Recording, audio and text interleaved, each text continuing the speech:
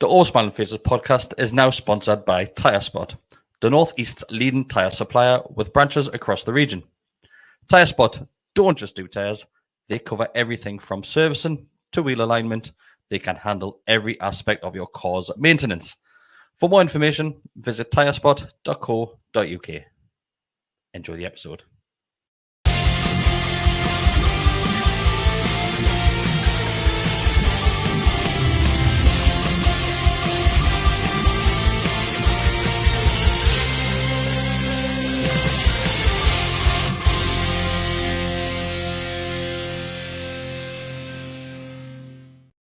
Hi, everybody. Welcome back to the Always Smiling Faces podcast on the Gallowgateshots YouTube channel.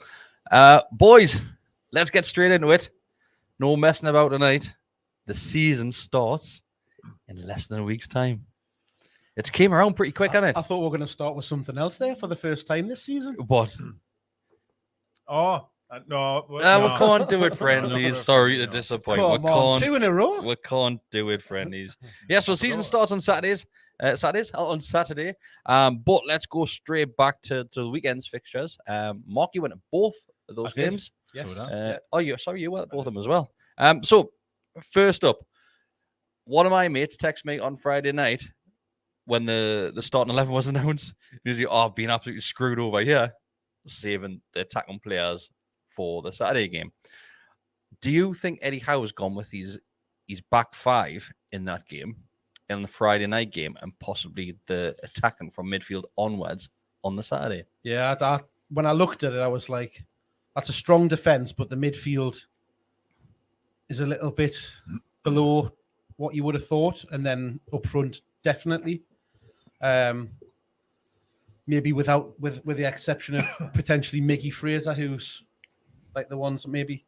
Who's Mickey Fraser? Mickey slash Fraser. Thought I'd seen someone in there. And then obviously it was the opposite on Saturday, wasn't it? Where you would think maybe that's the reserve back four. So back four, because Craig said back and five. Pretty much full strength midfield. So you're saying Pope to start then, is he?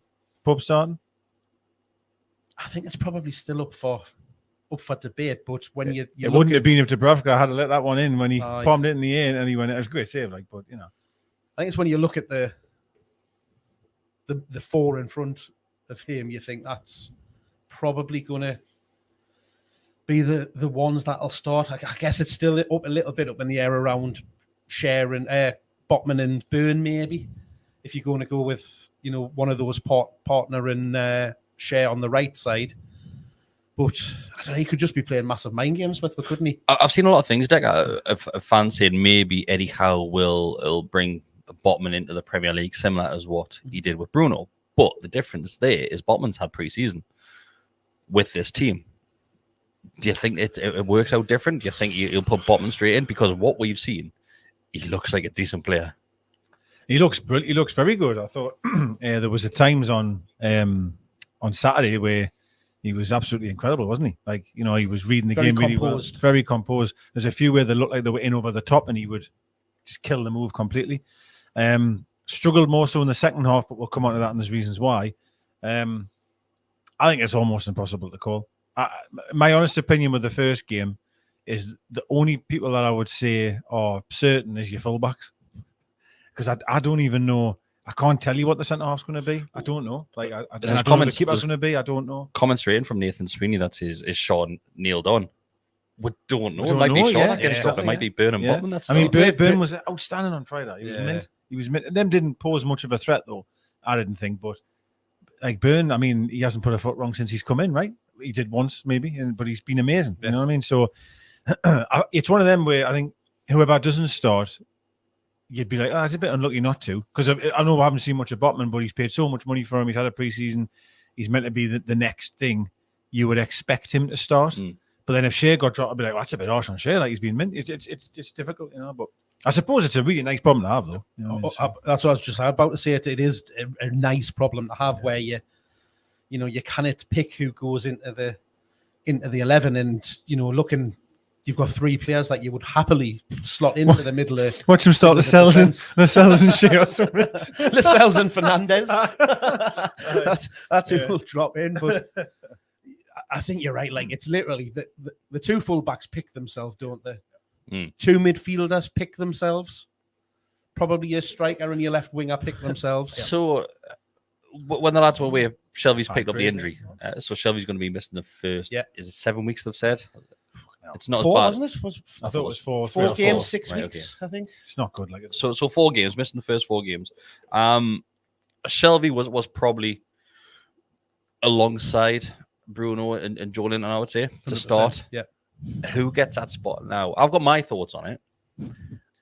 Madison. It's going to be, but We'll get on. We haven't got there yet. So we haven't got there We'll yet. get on to That's Madison. a subject for later in the podcast. There has been a super chat sent in Um, by Chris. We'll get around on that question towards the end. Mate. It's going to be between Sean and Little Joe, isn't it? For that third spot, you would think. I suppose it depends which way you go. You either play one deep line, which would be Sean, and then Bruno and Joe further forward, or you do a complete 180 and put Bruno and Joe slightly deeper, interchanging, and then Joe Willock that front of So that three. that's my thoughts as well. I think it'll be Willock that'll come in. Yeah. He's looked lively pre-season. He really has. Sean Longstaff probably got more game time towards the end of the season, I would probably argue. Willock, he looks decent. I think we should start him with the absence of Shelby. I think it'll be Willock. I think in that game against Forest, where, you know, no disrespect to them, that you'd expect to have a go at them, I think they'll come a little bit buoyed with the fact that it's the first game in the Premier League. They'll want to come and put on a show, but they've got a lot of players that they're going to have to try and integrate into the team and put a performance. And we could, you know, potentially capitalise on that if we can play well. And I think we don't really know what they're going to play like, do we, really? Yeah. I mean, you know, they've signed so many players. Like, I would say Willock personally. Sean's is a safer option, I think, but I think Willock's going to give you, because they're not going to. I feel like they're going to sit in and try and frustrate with being there for. You know, they're not going to come and play open football. I wouldn't imagine. And I think Willock will give. I mean, there was times on Saturday some of his movement off the ball. He was creating a lot of things on his own. Bruno, like, again, I was talking to someone just before about Bruno. Like, there was moments on Saturday where he was the you know, he was dropping back, alongside the wasn't he? centre halves, you know, picking the ball up and playing, and then literally a minute later was having a shot on the edge of the box. Like, he is just, as I've said many times, he is just everywhere in that midfield. He hasn't even really got, like, you can't say he's a holding or he's attacking player. He just seems to do it all. Whoever gets that position in midfield has got to go up against ex-Newcastle United player Jack Colback. Making a return to St. James's Park. tough tester. Well, mate, you've said it now. You've said it. He'll get quite the welcome at the weekend, won't he? Yeah, he will. Like, you know, listen, like, I still think some of the treatment is a little bit. I think he wasn't great, but he wasn't that bad. Like, he wasn't that bad. He liked to pass the ball sideways a lot. He did, but Limited. A lot. A limited player. Bruno will have him like, oh, nuts. Jesus Absolutely Christ. nuts. Like, They're nuts. But there's been a few. Big Joe will be kicking them out of the shop as well. There's been, speaking of Big Joe, we mentioned just a few weeks ago that Joe was very lively in games, and Deck, I think it was you that said it won't be long before we'll see a red card for Joe Linton. He got 2 bookable offences, which saw a red card when they were in Benfica. Yeah. That could have easily been a straight red, that second one. He's I don't know if He's eager. Eddie would maybe. It's a difficult one, though, isn't it? Because if you tell him to stop that, well, you're really losing. Yeah. What he is, right? Yeah. I'm not saying he's You just can't take that away. not just a bruiser, like, but you have to be careful. You know what I mean? And the reputation, especially at the highest level, can find you very quickly. And if he starts diving in like that more often, there was a few before that I remember, certainly towards the end of last season, where I'm thinking, "Why, he's lucky there." All of a sudden, he'll be getting that sort of, you know, getting a Shelby or a Barton or a Mitrovic. Do you know what it is? I don't mind players picking up yellow cards and for hard tackles, because it happens. You can't take that out of the game. What pisses me off a little bit is the descent aspect. And the referee was a bellend. We knew he was a bellend in Benfica. Yeah. But George, he just outstayed his welcome a little bit too long in the referee's face. Yeah. He does that, he does. doesn't he? He does that all the time. He loves to argue with everyone. And I think Fabian Shaw started having a pop at the referee not long after that as well. Definitely more so, Joe Linton's done it since I've seen him argue before, but definitely since his form's changed in sort of how we see him. He's more involved in the game, though, isn't he? Yeah, he's just more involved, and he's more involved when he's what you've mentioned someone. there, Decker, about he'll soon get a reputation. Ed Douglas has said Tiote, God rest him, got refed out of many games because of reputation. Absolutely, you can't go near anyone. He was a dirty little get, though. He was, but there was some unbelievable tackles that Tiote used to put in. The referees, I remember the Man U game, and he started going wild because I think it was possibly Rooney that he brought down, possibly, and he got the ball and he was about to launch the ball. He must have thought, I've just got a yellow card, and he was about to fling this ball. Yeah, he started punching the deck. That's right, he did. He started punching the deck. Yeah, I mean, Tiote was obviously, he's hard as nails, wasn't he? I loved him, but obviously Joe Linton's not, in that bracket. Yeah, all I'm meaning is like, if you keep on doing that, you'll end up getting that reputation where as soon as you go in for the ball, marked. The ref's going to have you straight away, and then it's very difficult then, so. Probably Shelby. Shelby's pretty similar. Well, how many times does he say to a referee, you can see him mouth and going, that's just cards. Yeah. And there is loads of times Shelby will do something, and I'm like, that's never a foul, But, there's been a few players that have been standout performers in pre-season. Elliot Anderson. We done a video not long ago, Mark, about keep loan and sell him, where you all said loan Elliot out, and which was for his development more than anything. Not that we didn't think he was, capable. Yeah. It was about. Has your opinion changed? I've been impressed with him. What I've seen. Has my opinion changed? No, I think there's definitely a player in there. I always have. I'm still not convinced he's ready for a full Premier League season. It's very different putting in some good performances against, admittedly, some top sides in pre-season. But if that was a proper competitive game, I think you would see a different performance from those teams that we've come up against. There's probably not that full throttle from them, and maybe to us to some extent. I think we've seen that probably in the halves of the game that we're seeing at the weekend. So I still think it's probably the right thing for him to go out and get that experience and a good season on loan. Do you think the new rule change could sway Newcastle's decision? Now you're allowed to make 5 substitutes in a game. That's going to give him a bigger chance of getting on the field, Digger. It does, but I think it depends if. Well, I'm going to mention him again. If we happen to sign Maddison, which, my God, you're really getting stuck, in the areas that I know Anderson can play out wide. I've heard, but predominantly from what I'm seeing, especially on Friday, there he's in the middle, right? You know what I mean? And he's breaking forward and stuff like that. And I just, if you sign someone of that quality and you've got Longstaff almost being bottom of the chain, then he would have to go on loan, in my opinion. To touch on Friday, I thought he did very well. There was a moment where he lost the ball in midfield. He got caught in possession, and there was a bit of a groan from people. And I thought, my initial reaction was, and I said to me, it was, now we'll see what he's about, because he lost the ball. He did lose it poorly, as players do, but it didn't faze him at all. His movement off the ball was what actually I was most impressed with. It wasn't really what he did on it. It was off it. His movement off the ball to get forward was amazing, finding gaps, finding space. I seen Ryder give him 9 out of 10. I thought that was just absolutely ridiculous. It's just that's not the 9 out of 10. Local lad player rating that Lee Ryder likes to do. This title of the best player on the pitch and the shining light of the night and that, just ridiculous. Miggy was by far and away. I was just going to say that if anybody deserved the mark of that caliber on the night, for me it would have been. Did you see Miggy. the little line he put about Miggy as well? He gave him, I think it was 7 or something, and he said, give him a 6. Well, that's even worse. But I think he might have given him. I thought it was 7, and he put something like ran around busy, but didn't have the finishing quality that he's shown earlier on in pre-season. He only had one chance, and he absolutely skinned that kid. He was absolutely amazing, Miggy. Head and shoulders above anybody else on that pitch. He really was on Friday. I think there might be one last season as well where Miggy had an absolute blinder of game. Give it 6 or something. We in our group chat, we what. Like, he watched a complete different game. And I think he gave someone like an 8 or a 9 that had an absolute honking game. Yeah. It was mad. And I suppose, all right, we'll play on that, lad. It's the local lad and you want to be nice and all that. But listen, just call the facts. Do you know what I mean? He did very well. He'd be very proud of himself. Do you think the players look at the player ratings? No, Christ, not from him. I seen him actually on the Saturday game. He walked past, we go in the ground, and I just thought, Miggy, 7. That's the first thing I thought in my head when I seen him. I was just ridiculous.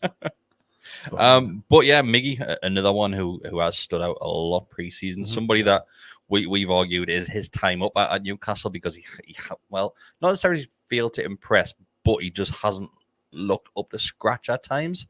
We're seeing a different player.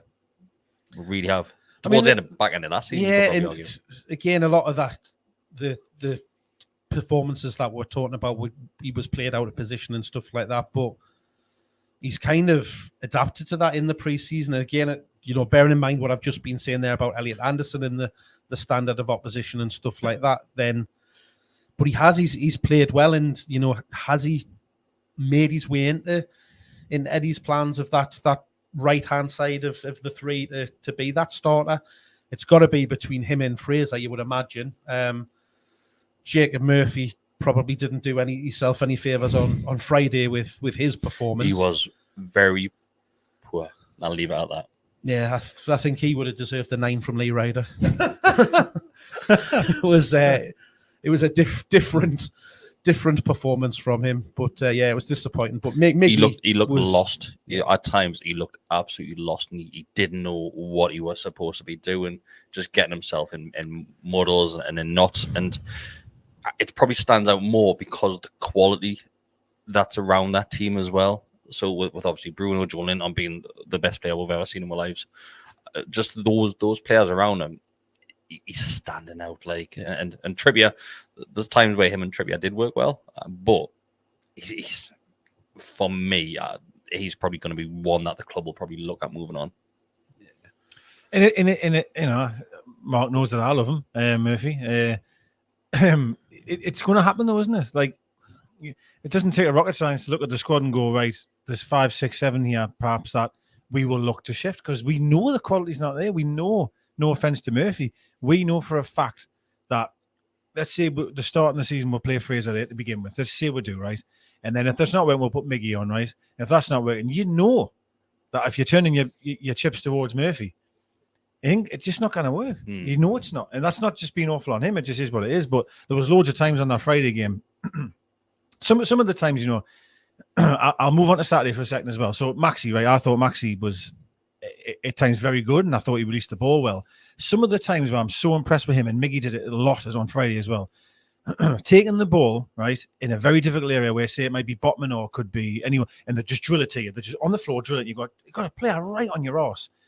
Miggy and Maxi both times have the ability within one touch to turn and almost be on the attack, whereas Murphy was needing 1 touch, 2 touches, still got his back to goal, but then it was just getting to take it off him straight away. Whereas I thought Maxi and Miggy, their ability, and it's not easy to do, but could just turn in one and then they're on the attack. It was absolutely amazing. There's a massive difference in quality, isn't there? That's the thing from it. I'm more inclined to go, honestly, with Miggy, like on the right. Like, yeah. I really am. And that's no knock on Fraser. We all know Fraser's, he's worked rate tirelessly, can definitely put a great ball in the box, no question of that. I just think Miggy gives one more. I really do.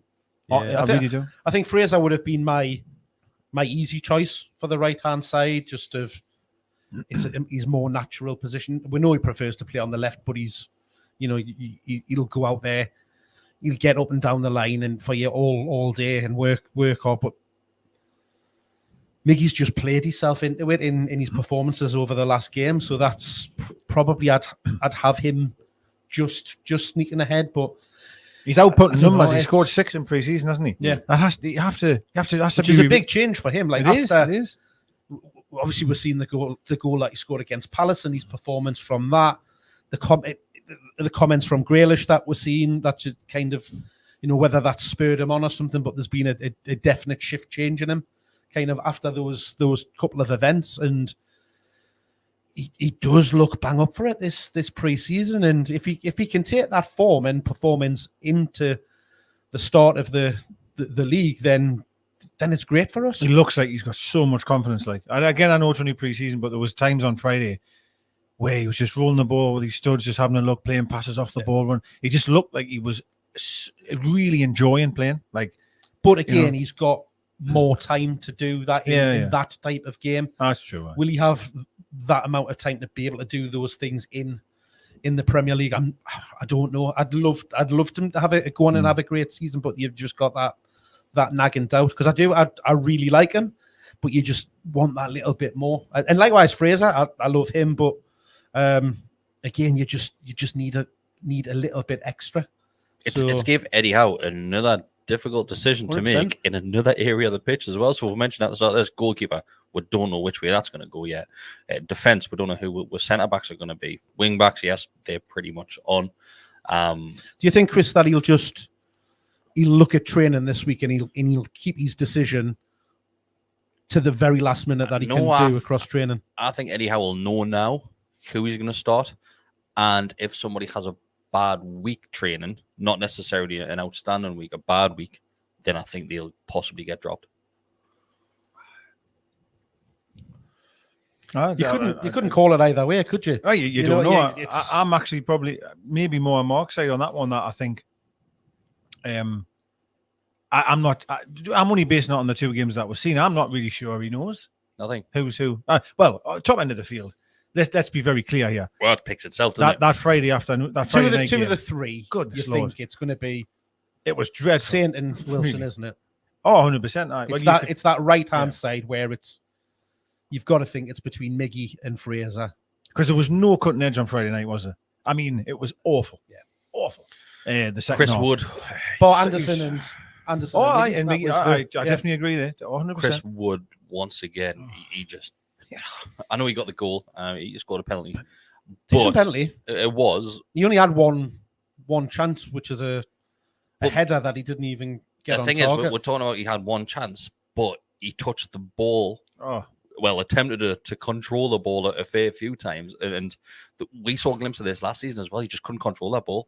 He loses it straight away. Yeah, it's surprising. And that's for me. Yes, Callum Wilson. He's a fantastic striker, but I'm even more worried now that your backup is Chris Wood. Yeah. 100%. It really concerns us right now. Oh, and yes, we're going to get goals from other parts of the field, but if we lose Wilson, I'm worried. Really, really worried. And that's why you'd still think we'll be trying to do something up top, especially with Gale going. We've got to still be chasing that striker, that backup striker. We've kind of got it. We've kind of got to, haven't we? We kind of have to, really, because it is a. I mean, let's just say Wilson gets hurt, right? And let's say Wood doesn't. Let's just say Wood gets suspended, right? Who are you turning to then? Are you putting Joe back up Big there? Joe can play up front. Just to get by? We saw last season that we saw Saint go up top, which didn't he? Never worked. No, it won't. It won't work. No, it's not his position. You know what I mean? No. You are literally just throwing people up there because you need someone there.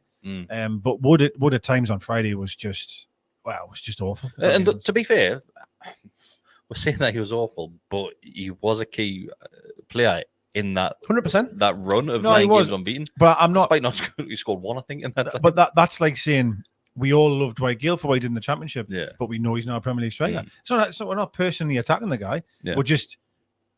We're thanking him for everything he did, and he was outstanding in that run. So if people think Wood was outstanding since he came in from January, he did a great job, then great, fantastic. All I'm telling you now, on Friday night, that second half, he ain't good enough. Yeah.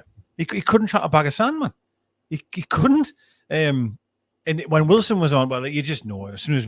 Listen, even go back to the end of last season when Wood was doing what he came in to do and all the rest of it. Then Wilson came back in. God Almighty, man, the difference in our performances were just levels above. So one of the strikers which has been linked, for the last week, more so in the last 24, 48 hours, is Timo Werner from Chelsea. Alone with potentially obligation to buy at the end of it. But it looks like he's off to Red Bull Leipzig. Yeah. So I think that was another one that probably Newcastle and United's name had been mentioned. Newcastle probably did ask the question.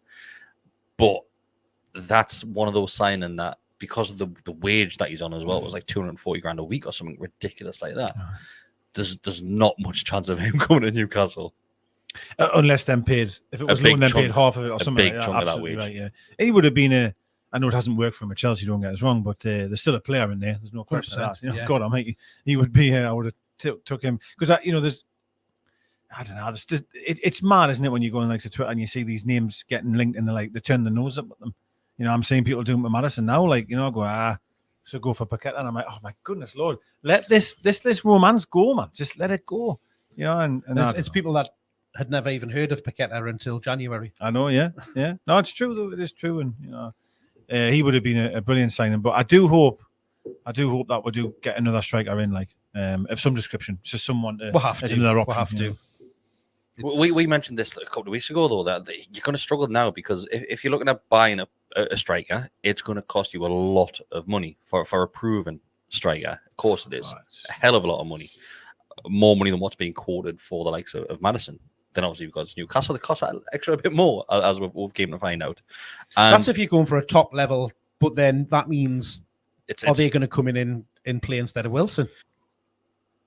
And that's why I just don't know. I think it's maybe somebody that's... I wouldn't take Andy Cole ahead of Wilson, man. In around the fringes or a team or a young upcoming striker that can come in and, maybe it's a doesn't expect to be in that. It's like you're almost in his third choice, aren't you? In a way, right? You're almost in, come and sign for us, mate, or come on loan, but your third choice, because Wood, probably naturally, given the outlay that was spent on him, will be ahead of him. It maybe form might then tell as time goes on, but it's not, as much as I know people think it's an attractive proposition of what we're trying to do, coming in and being third choice isn't.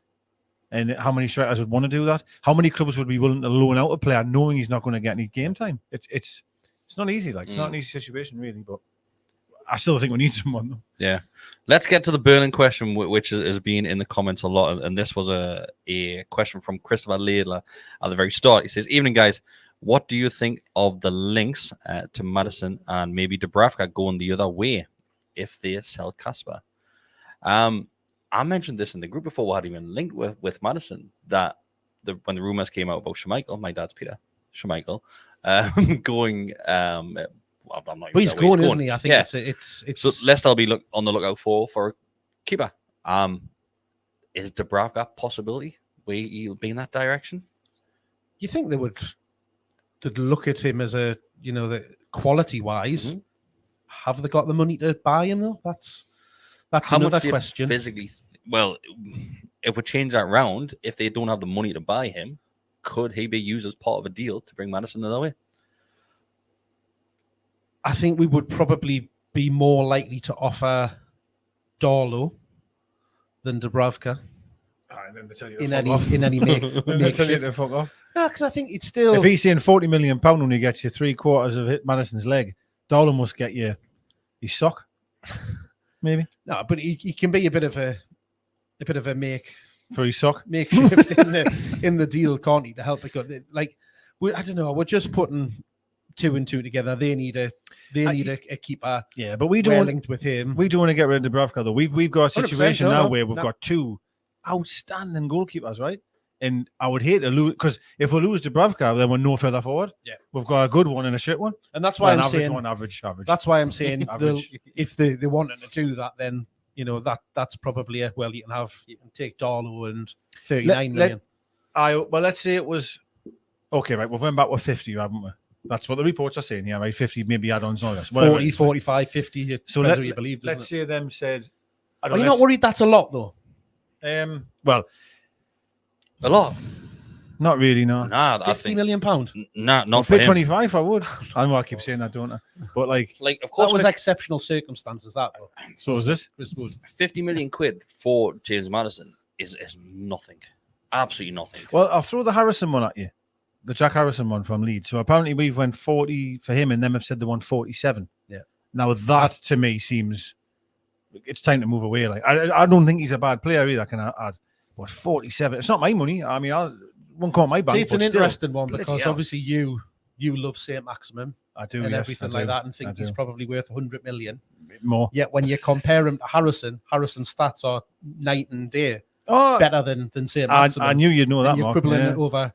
No, but I wouldn't pay. I wouldn't pay for 47. I agree with you, 47 million. Sorry, 47. I agree with you. It's a lot of money, but equally, I still think it's a lot of money for Maddison, as good as he is. He's and I fantastic. think it's that. I think you're stuck in the mentality as a Newcastle United fan of not last season, so before the takeover, because £50 million for a proven very good Premier League player. I see Chelsea. Nothing. I see Chelsea offering 60 million to buy friggin' Brighton's left back. Yeah, I know. Well, Like, that's where the game's going, and it it's- is. I it's know. mental. I know it is It's mental. absolutely That's mental. football at the minute. But 50 million. And what was it? Was it 20? Well, not 20 goals, but he scoring and assists and overall goals last wise, season was yeah, 20. Unreal. Well, that's what I he think would about fine you. Was But I think 18 of it's- them against us? I'm sure it's he ripped us like, apart every doesn't it? time.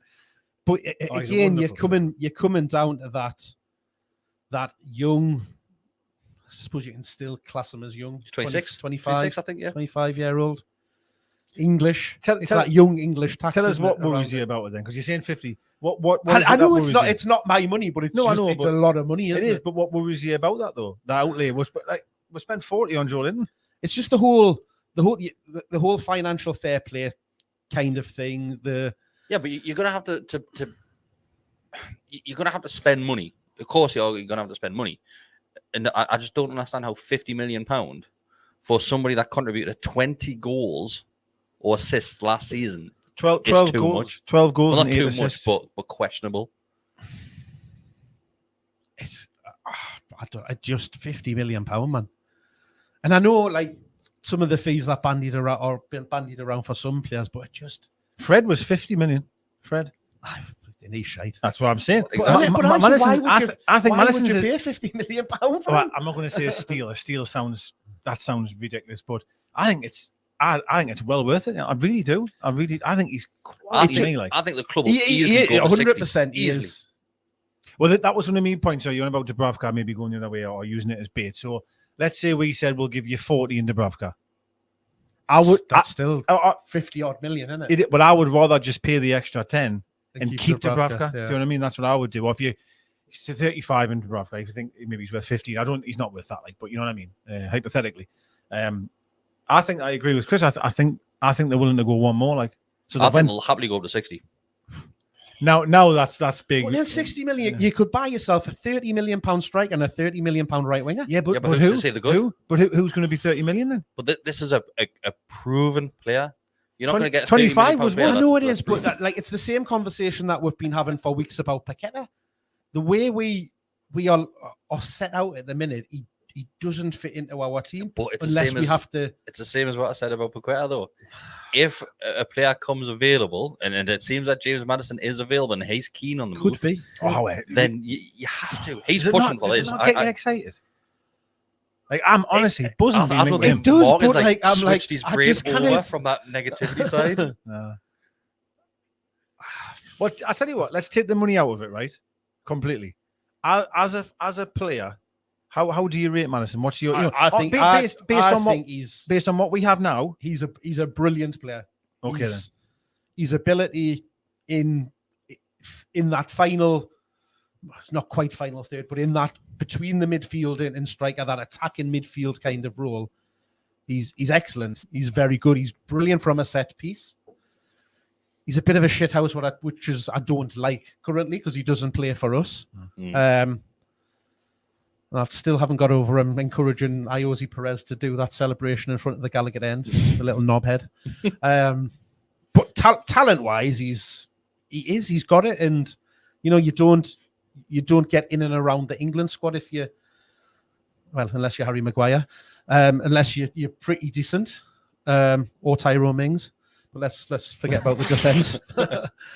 So yeah, he's good. It's just he's 25. He's 26 this year. Yeah, 25-year-old. It's unreal business, man. Assists, goals, and that. But I just assists and it's goals. not- and it's that doesn't not- really matter, does it? it's not a on paper. It's not a position that we need to fill. But I totally get it that if you offered a player, well, not that we've been offered him, but if you've got an opportunity to bring in a player like that, then you imagine the you've three in got to- you've got to midfield. try. He also played a lot of games on the right hand side as well. He can't last play season. there, yeah. But if you But play them in the he's middle, not a right winger, is he? You kind of put he's him not, out. he's not. It's going to waste him. can you imagine It's- Joe, Bruno, and Madison winning the league, man? We're winning the league. No, We're winning the league. no, I'm telling no. you now. I can't Can you imagine that imagine? because this desk will go flying over. Them three in midfield, you've got. I know you don't like him, but Maxi's still there. Wilson there, banging them in. It's We're winning the league, man. ridiculous, man. Didn't If- even think about If it. the club, right, I'll switch it around. Do you think it'll happen, Decker? I didn't before I started talking. But now it's happening. It's on. It's done. It's done. It's done. No, I am being serious. Being They're going to serious. be getting the noises in the background, right? Well, I spoke to him, didn't I? A couple of seasons ago. Oh, At work, I spoke to actually, James you Madison. did. Oh, did you? Right? Yeah, I got to speak to him, and he had just scored against Newcastle a couple of weeks prior to that. It was when did he do like a golf celebration? Did he like pretend like he had hit like a shot? Was Like, that he scored a screamer against? I can't remember what the celebration was, but he scored. It was a free kick.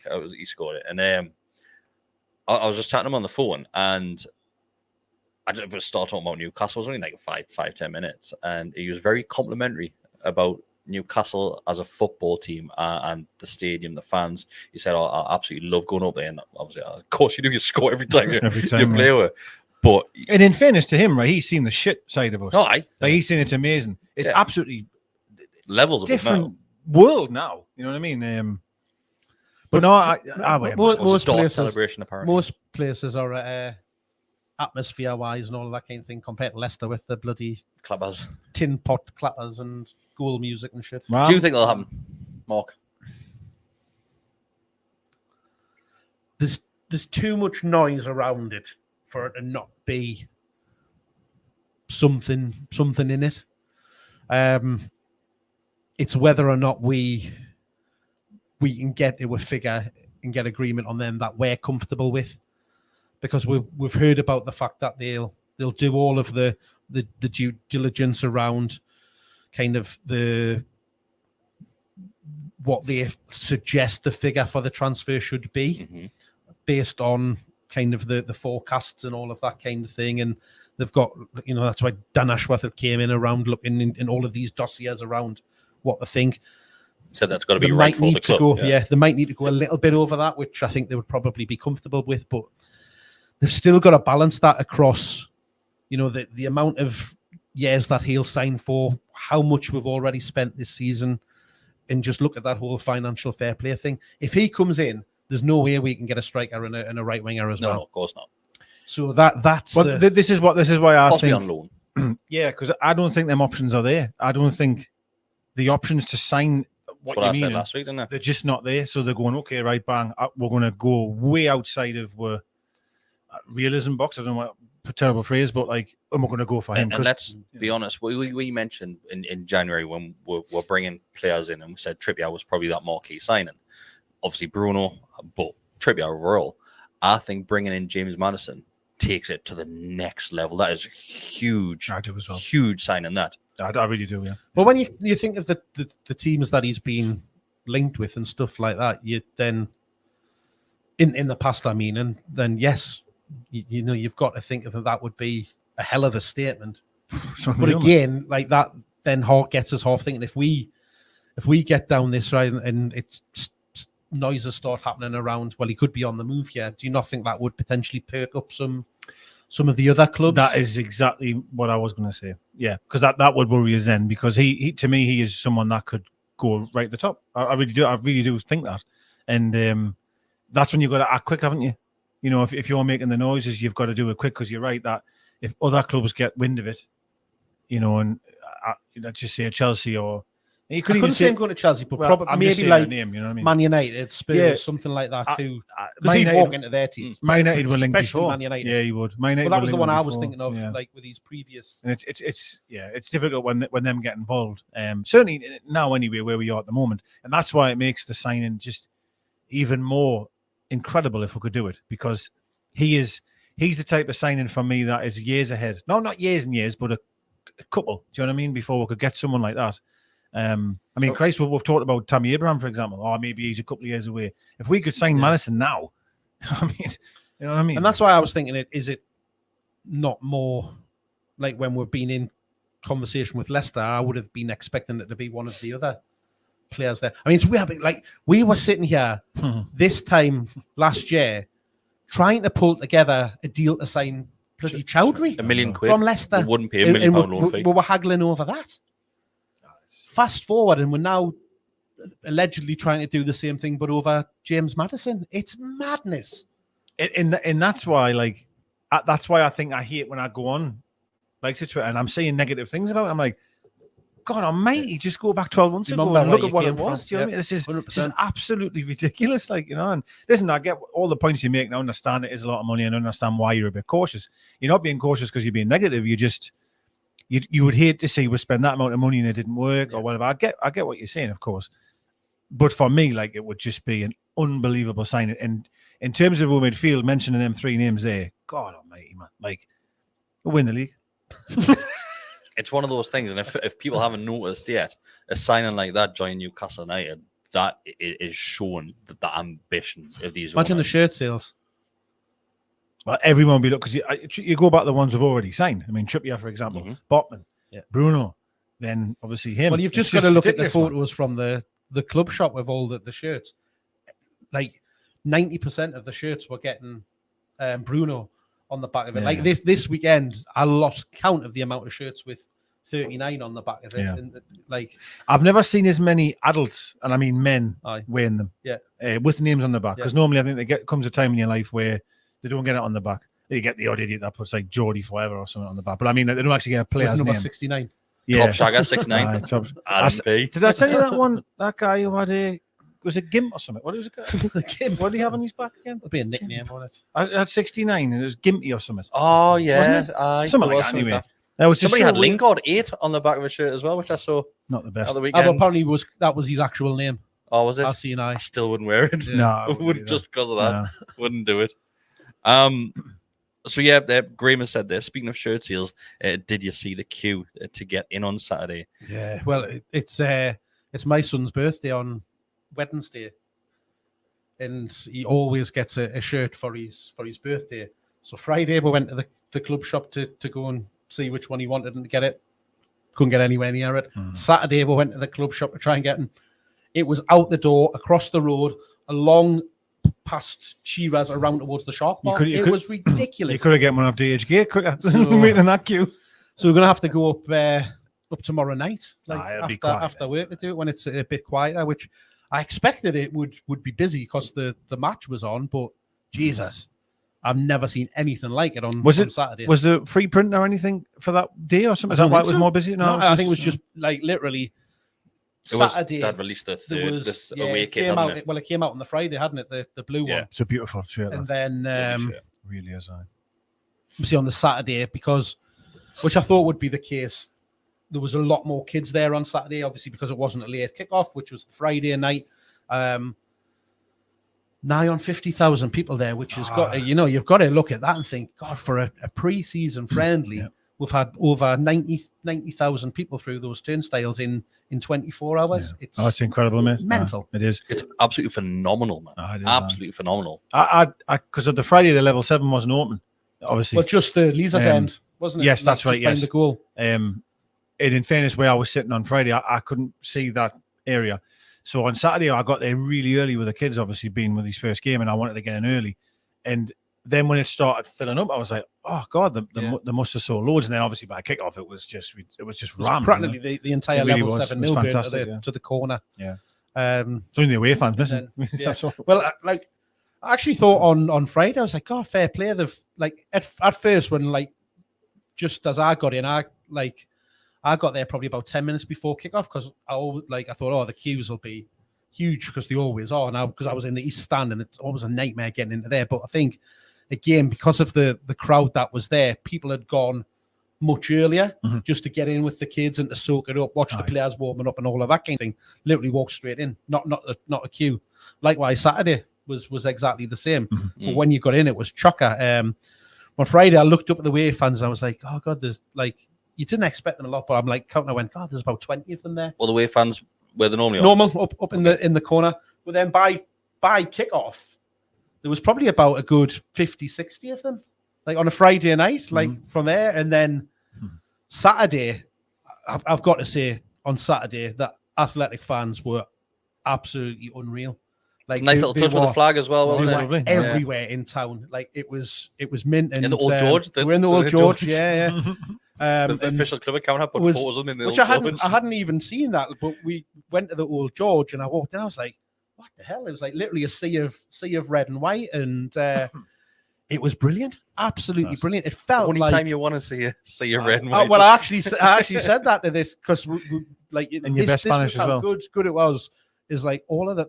Everybody was just talking to each other and like talking about the club and stuff. And my second team now. Then it was brilliant. It really felt like a proper European tie when you go across the countries and you're mixing with their fans and you're having a good time. And the ones that I was talking to were really, really complimentary. They said it's been such a fantastic city. We've been welcomed and we really love it. You can feel the passion of the fans. It's very like we are at home, like because we're Basque and all of that kind of thing. And it was mint. I really, really enjoyed that pre-match experience of just spending time. The club done well. The club have done really well with this pre-season. Like with the teams that we have played, and I can't remember a time when we played this many games pre-season as well, because it seems like there's been a lot, and that's including the behind closed doors ones as well. Yeah, there's been seems like was Burnley and who else did we Burnley play? we played twice, didn't we? Gateshead we've played, which we normally do. That was the other one. Yeah. Benfica obviously on midweek was a big one, and then obviously them two. Them three games there are big games. 2 games over in Austria that were played as well. And Eddie Howe thanked them in the programme note saying like if it wasn't for the owners, them made it possible. So obviously maybe that wasn't something that was because we were supposed to be going on that pre-season in America. That's right. Yeah. And obviously that didn't happen. So they've sort of put this plan together, and he thanked them for doing that. So, but it's probably been the most football we've ever played in pre-season, I'd say. Certainly. And we haven't had a hiding. We normally get one of them in pre-season as well. They've looked like they've wanted to win the games as well. And yes, we all know pre-season is about fitness and just minutes on the field, but it's been pretty competitive. I mean, listen, there was. I'll go back to Friday for me. Friday certainly after about 30 minutes, 40 minutes, and then the second half was just appalling. But I thought the Saturday's game, there was shades certainly in the first half where we looked really good. We were good really good. Second half, they had one on the ropes. They made a lot of changes, didn't they? And started getting themselves back into the. You know what's funny, right? And obviously, I'm not. I don't dislike Dummett. What I'm saying is he's limited, and I always think that sounds negative, but he's limited, right? When we took Dummett off and brought the young kid on, I couldn't believe he was playing left back. Like who? Dummett. Oh, Dummett, yeah. Well, I was convinced Lewis would be playing. Actually, I tell you, I thought Richie played well. Richie was almost like the championship. Richie was signed. Richie was very good. He was good. His legs are gone. A couple of times where he beat his man and stuff like that, and he couldn't quite get the ball in that. But I love Matt. Saturday epitomised Matt Ritchie. The way he was screaming at every single player on that pitch. He nearly had about 3 scraps with their centre half and left back. I couldn't believe he left one on that last for no reason almost. Really, it seemed like it anyway. But they'd been niggling for quite a while after. That is just it just summed Matt Ritchie up. It's a meaningless game in the grand scheme of things. A pre-season friendly, and he's going around, taking names and whooping ass. Well, get in there. I'll tell you what I really loved about Richie in that game was obviously Dummett went off, and we brought on that young lad. And unfortunately, we were just getting absolutely ripped apart at this point. And Richie was running because the swap wings, and that was obviously how Eddie Howe did that, because he knew he's going to need protected. So I'll switch them because Richie will come back. Maxi went, which is fine. Richie was really trying his best, and every time that kid done anything good, he was applauding him and like, come on, applaud him. And then Wilson had a go at him. Richie going, "What are you doing, man? Like, get upside, get up front, get up, like come alongside me, like meaning get alongside us." And he was going, I'm helping him. And I literally heard him shout, "I've got to help him, man. He's just come on." He kept almost dropping into like I'm babysitting a left-sided centre back, didn't he? And just like slotting into the side of him just to. Because I was saying like, I know what Wilson's wanting you to do. And if that's what you have to, Joe Linton's going to have to be the player to fill in. Yeah. But Richie just like took it on his shoulders to come back. But then when they were getting in all the time. Because I can't think I can't remember his name now. With a sub. I apologise. Because he'd had a good game against Benfica. He played in that game as well. That's it. Couldn't remember it. Yeah. And going forward, completely different kettle of fish. He looked much more kind of assured in himself, confident, and well, it's a bit harsh, but like he looked more comfortable in that aspect of his game of getting up the line and supporting. It's a modern day wing back, that kind of thing. Yeah. It is. I just think what you going back to Dummett, sorry, was as much as I might criticize him, for being, just negative. Like Limited. they never got in once, Well, really. Down that side, they didn't. And then as soon as he went off, they got in 8 times. And I was like, well, like, I think the goal that they scored though, that was Dummett not closing that cross down. I thought it got doubled up, and the cross was a great cross. It was a good cross. But they hit the post. Lascelles off the line. Dubravka tipped one, no, almost in, then jumped up and saved it anyway. That was just mad. They were absolutely all over for about 20 minutes. Like, actually, to be fair, after Maxi scored, really, after I think he scored, that was it. They just to be fair though, that's something that you can kind of take as a twist into a positive, that they coped with that pressure. Why? Oh yeah, I mean, the one off the line and the one that hit the post. I mean, had about 4 up top by that point. Oh, they did. They really did. They did ramp it up. So, right, let's go to questions. If anybody does have any questions, fire them our way. We'll go for another 10-15 minutes. This one is from Josh Stockton. As always, thank you very much, Josh, for the donation. He said, "Hey lads, hope you're all well. Assuming the inevitable happens and Wilson gets injured at some point." Oh, Josh, how are you? During the season, would you take Pukki from Norwich? 11 league goals last season and into the last year of his contract. I would be more confident with him than Chris would. He screams Dwight Gale, though, doesn't he? Championship. When he runs with the ball, does he shout Dwight Gale? Dwight Gale! Well, 11 goals last season, and last time in the Premier League, I think he scored. He started very well in the Premier League, but he's playing for the worst team in the world. He was a bit of an unknown, wasn't he? They're never off the bottom. He knows where the goal is. He's an international striker. There's quality there. It's just, people will be up in arms if we signed him, right? But logical people that know the reasons as to why is going back to what we've just discussed, is trying to get someone to come in and be a third stringer. It's very tough. Very tough. The thing is, I get what you're saying, Josh, but the fact that Chris Wood is here, you're not going to then bring somebody like he's in his 30s now, is he? But he might be, but he might get you through until not January, but they will. Gap. He'll fill that gap and then say, thanks for coming, mate, all the best to you, and then we'll move on. Yeah. But again, like Kevin Gallagher signed. It could be a one where it's, he's likely to start every game from Norwich and be the main man. Yeah, I don't think. I'd rather take the gamble on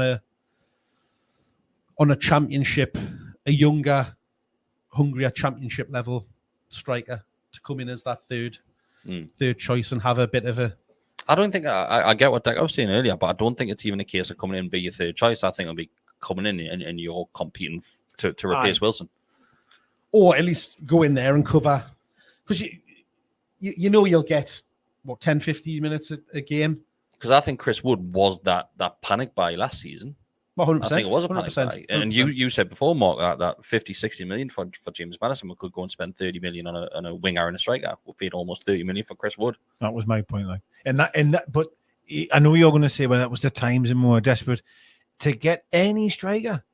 That's what you hell of a lot more. That's what you're paying a lot more. You look close to 100 for a decent striker. That's why I'm saying, somebody that's that championship level that could come in and do it but again, it's tough work, man. Are you worried if we don't sign a striker? Gale back, you look at Southampton. Obviously, they went and signed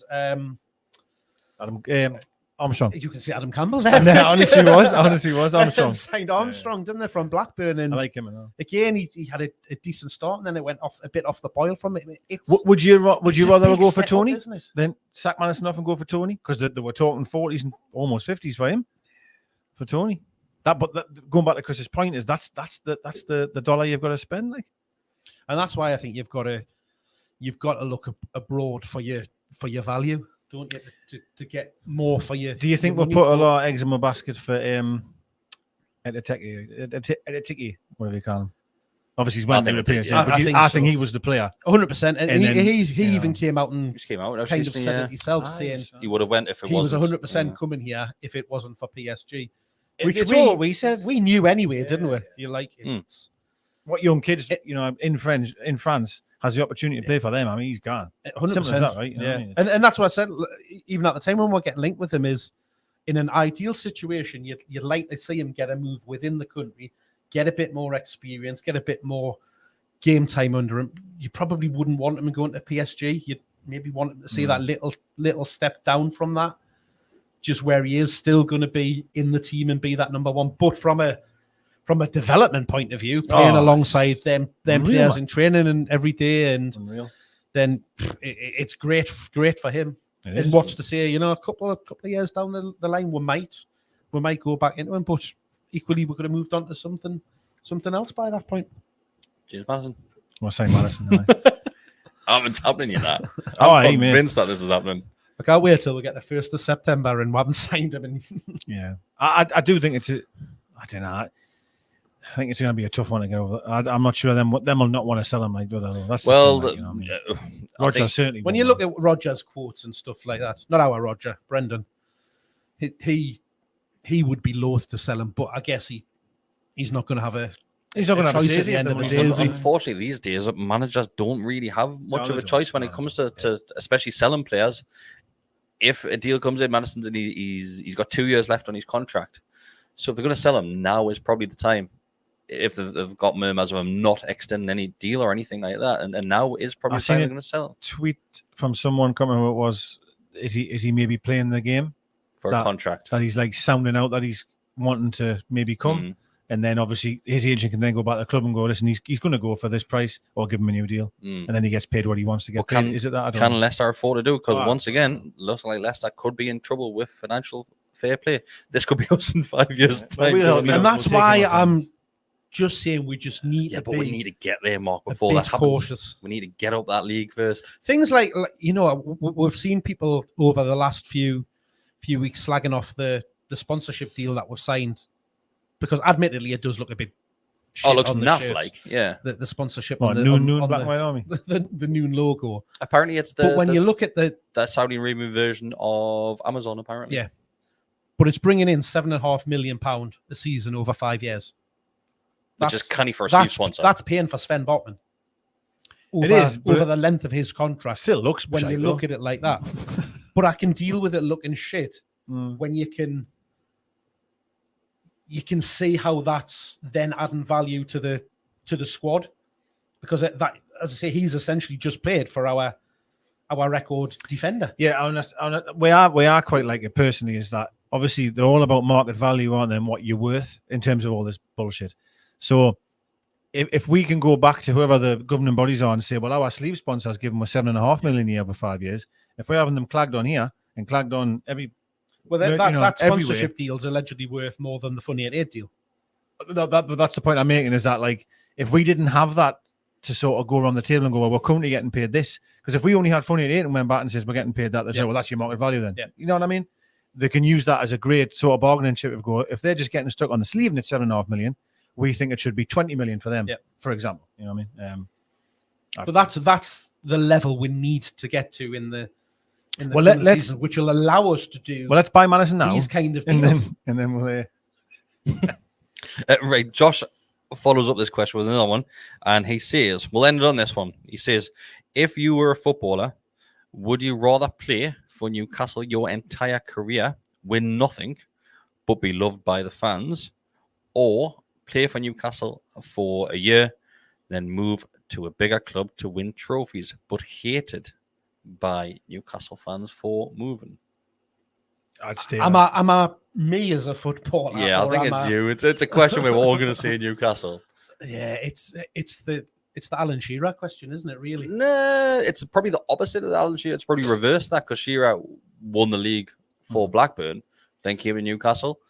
And rather than the other direction. But he had umpteen opportunities during that time to leave and go and sign for Man United and whoever else to where he would. I think what's important to remember on the Shearer one, though, is that he come because we were the best. Yeah, 100%. He wasn't coming to a sinking ship. He was coming to something that was going to take over. Of course he would. We would do it. Well, no, it didn't work that way. But to the question, like, I mean, do you know, I said this about, you know, like Denmark Bar. So obviously we had Denmark Bar for free, obviously. And he's loved here, right? He was loved. Yeah. And then when Chelsea came in and paid him, 20 grand, 30 grand extra or something, he was gone. Yeah. And I'm thinking, like, And I didn't get us wrong. He had his moments there, and I'm not, but like he could have stayed here. I mean, absolutely adored. Like Remy's the one for me. And I do scratch my head at them ones, like where I'm like, really. It's money to win it. I know, but what's the difference between 40 grand and 60? But they've got no ties to this club. It's not just the money. That's the difference. He could move from us and go to Chelsea to challenge for the league, to challenge for the FA Cup, the League Cup. Aye, but Sidwell, he wasn't doing that here. Well, of course he was, but Sidwell wasn't either. What's his face? Who was kicking off saying he's unhappy and all that? Drinkwater. Shite. He was shite anyway, by the way. But I just won the league at Leicester. Like. Shite. Can't did that for him. I just don't understand. Listen, if you were saying you're on 30 grand a week and I'm going to give you 150, I'll be like, hey, see you later, lads. But when it's 40 to 60 or 50 to 80, that's why I don't think those moves weren't just about the money, because it's not a big enough jump. You're going to those clubs because you're going to win stuff. Remy went to QPR, didn't he? No, I take Remy out of the situation, like Demba Ba. Remy did go to Chelsea in the end, though. But anyway, to answer the question, sorry. Obviously, I'm always going to choose to stay here. It would just be amazing, wouldn't it, to play your whole career? But if you could be loved all that time, would be amazing. Never have to go to the bar in your life either. It's that heart versus head, isn't it? As a Newcastle fan, born, bred, who and every boy dreams of, and every girl. Let's be right on that one. Dreams of playing for their hometown club. Neil Jr. has said, look at Michael Owen and the trophies he has. There's no set of fans that like him, though. It's loyalty in football these days is very, very rare, because you've either got those that just chase the money and I'll go and play for whatever team's going to pay them the most, or you've got the opposite side of them, of those that want to develop, get better and win things, and they'll go to a bigger club because they're chasing success. It doesn't always work out. You look at some of the players that have left us because they anticipate they're going on to do bigger and better things, and it doesn't work out. You say Perez is one of them, I think. Perez. There's a lot of money for him. Was probably the one there. Perez got European football, to be fair. Chasing. Yeah, maybe. Did he win things though? I don't win a League Cup, actually, did they? I don't. I still think though, if you look at his career as a player, I think he was more sort of known when he played for us than he was for them. And that's not just because it's my eyes. I'm saying it, but like, and that's because again, it's because he wanted to be at the opposite end of the table, challenging for things, and he probably thought he had more opportunity to win things at Leicester than he did here. And in fairness, Perez won an FA Cup. He was right. Thought it was there was a cup. So Freddie Costanzo has basically said it's the Harry Kane question. Does Harry Kane stay at Spurs and possibly win nothing, or does he look for a move to go and win trophies? Because if he goes to another top team, the Spurs fans will probably turn like. I think he moves abroad now. Like, I think now that Haaland's gone to his City dream's done, like, in it. He ain't gone there. There's no straightforward path for him for one of those teams now, is there? Certainly doesn't. It'd be mad, like, wouldn't it, if he does go his full career and doesn't win now, like, for how good he is. Can't stand him, like, but he's I want him to go. He should have went to City last season. I want him to go abroad and not 100% get near Shearer's record. Yeah. That worries us greatly, like, but yeah. But we might just sign him anyway and break it for us. I think if I'm a footballer without that home attachment to Newcastle, I want to win things, and your ambition has to come above that loyalty at some point. But it definitely does if you don't care about the club you play for, isn't it? Like, let's look at Ivan Toney, right? If you don't have that attachment, if you said Ivan Toney now, you could stay there for the rest of your time, not win now, but be lovely. You couldn't give a shit him. Yeah, he couldn't care. Yeah, he's already on holiday, telling him to fuck off now. So he'd be gone. He'd be gone if he had the opportunity to go to a bigger club. So that's just another example. But that's not to say that he's not, when he's got that shirt on, he's not, giving 100%. Oh no, because he wants goal for them every week. I totally agree. I totally understand that. Yeah. Well, that's it. It's been a pleasure as always. What was people's obviously about Madison coming? Like, was the people saying no, yes? I think majority of people that watch this podcast and listen to these videos are quite optimistic, to be fair. So everybody wants Maddison to come. Of course, they don't. I don't think there's a single Newcastle fan that'll turn their nose up at Maddison coming. There's been a few which I've seen saying, "Oh, he's a cheat." That's fine if he's our cheat. Like if he's not cheating against us, and that's fine. He's 100% a shithouse. Oh, of course he is. But that's what I love. I love it. It's different when he's your shithouse. Always. But yeah, thanks everybody for joining us tonight. I do apologize for the best adult dating site as well. That's been in the comments throughout, which I've had to keep blocking. But they have been in the comments trying to get new members signed up. So, do you want to sponsor us? If you don't want to become a member of that adult dating site, you can become a member of the Gallowgateshots YouTube channel. You do get extra videos, you get extra content, and you also get access to the Telegram group, which currently has around 140 members in there, just to chat all things Newcastle United. You've got a whole extra week to watch the John Anderson podcast before anybody else saw it. Yeah, so if you haven't seen the John Anderson podcast yet, that is a absolute fantastic watch or listen. Mark sat behind the scenes in that desk off camera, which you can't see, and just took it all in. I was sat at home in the studio at home, and I couldn't put it down. You just dialed in just to see how it was going, and sat and listened to the full thing. I checked in just to make sure the audio was fine and everything looked perfect on camera for it. I couldn't put it down. So massive. I was sat there doing it. That's why. Massive thanks to Daryl and Mark Corby for getting that interview sorted with John Anderson. Like I said, absolutely fantastic. But that's us done. We shall see you on Monday back for the Horseman and Faces podcast. But First game of the season. But the videos start now, so you will be having your match previews coming back, match reactions, extra time will be coming back after the summer break, and we're looking forward to it, boys. Maybe a couple of other sneaky videos in there as well. There might be. From that best adult dating. Thanks, everybody. See you later. What she's doing.